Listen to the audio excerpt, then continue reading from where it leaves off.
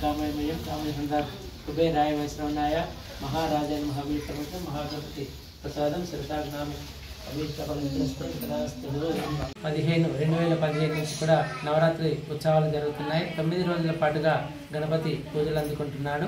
ఇక్కడ అన్నదాన కార్యక్రమం కూడా నిర్వహించడం జరుగుతుంది. ఇట్టి ఆలయ ప్రతిష్టత ఈ పరిసర ప్రాంతాల్లో కూడా ఇక్కడ కూడా లేదు అని చెప్పవచ్చు. ఈ గణపతి కొంగు బంగారంగా నెలకొల్పి ఉంది. ఈ విగ్రహము కాణిపాకం విగ్రహంగా ఆకారంలో ఉండి పూజలు అందుకుంటున్న వినాయకుడు. ఈ వినాయక చవితి సందర్భంలో మండపంలో కూడా మరి ఒక విగ్రహం ప్రతిష్టాపించి ఊరేగింపుతో నిమజ్జనం చేయడం జరుగుతుంది.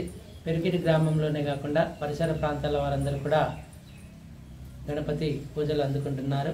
ఇంకోటి స్వామి, ఇది ఈ వినాయక పూజలు అందుకుంటున్న విగ్రహం గుడి ప్రతిష్టాపించిందే కాకుండా సనాతనం అన్నాం కానీ 200 సంవత్సరాలుగా పూజలు అందుకున్న విగ్రహం. ఇది నిజామాబాద్ డిస్టిక్లోనే మొట్టమొదటి ఆలయంగా ఉంది. ఈ పరిసర ప్రాంతాలందరి వారు కూడా జగిత్యాల్, కరీంనగర్, వరంగల్ ఈ ఏరియా వాళ్ళు కూడా పూజలు అందుకుంటున్నారు.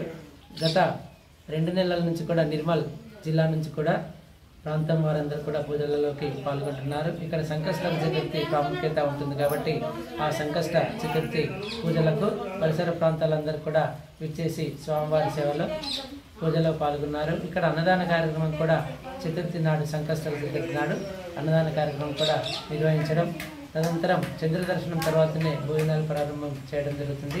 ఇట్టి పూజలు అందుకున్న విగ్రహం కాణిపాకం విగ్రహంలా పూజలు అందుకుంటున్నారు. కావున అధిక సంఖ్యలో పూజలు అందుకొని ప్రజలందరికీ కూడా కోరికలను తీర్చే కొంగు బంగారంగా నెలకొన్నాడు మన పరిస్థితి వినాయకుడు. సర్వేజన సుఖినో భవంతు, సమస్త సుమంగళాన్ భవంతు, శుభం. పరిసర ప్రాంతాలే కాకుండా నిజామాబాద్, కరీంనగర్, కామారెడ్డి, వరంగల్ మరియు పరిసర జిల్లాల నుంచి భక్తులు అనేకంగా ఇక్కడికి వచ్చి వారి యొక్క మొక్కులు తీర్చుకొని వారికి కొంగు బంగారమై నిలుస్తూ ఉంటాడు ఈ మన గణపతి స్వామి.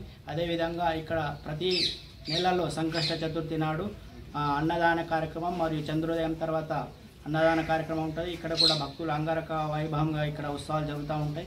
ఈ సంకష్ట చతుర్థి కాకుండా ప్రతి సంవత్సరం ఇక్కడ గణపతి విగ్రహాన్ని ప్రతిష్ఠించి 9 రోజుల పాటుగా నియమనిష్టతలో పూజలు చేసి 9 రోజుల తర్వాత ఇక్కడ స్థానికంగా చెరువులో నిమజ్జనం చేయజరుగుతుంది.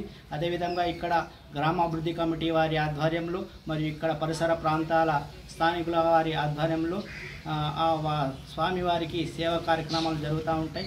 అదేవిధంగా ఇక్కడ రేపు పెద్ద ఎత్తున అన్నదాన కార్యక్రమం కూడా జరుగుతూ ఉంటుంది.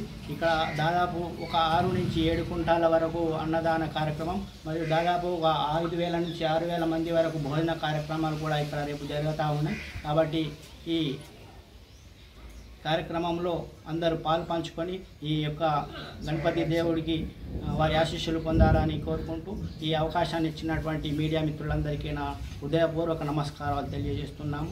జై యోగేశ్వర్ భగవాన్ కి జై, జై బోలో గణేష్ మహారాజ్ కి జై.